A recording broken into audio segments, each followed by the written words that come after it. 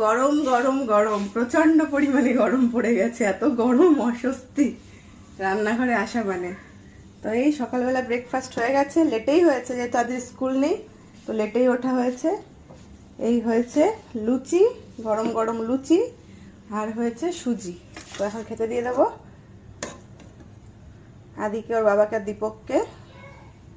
আর অরির ভাতও হয়ে গেছে, অরিকে ভাত খাওয়াবো, একটু পরেই খাওয়াবো। সকালবেলায় সেরেলাক খেয়েছে, তারপর আবার খেয়েছে, বিস্কিট খেয়েছে দুটো।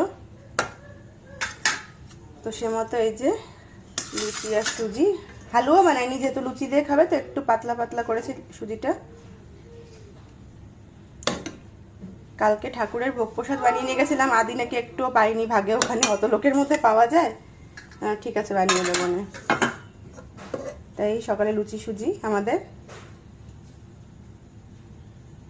ওর বাইরে আবার যে এইটুকুই খাবে, এর থেকে বেশি খাবে না।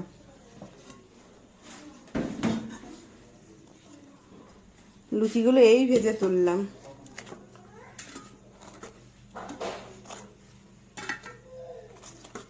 তো চলো আমরা খাওয়া দাওয়া সেরে নিই, তোমাদের সাথে আবার দেখা হচ্ছে পরে।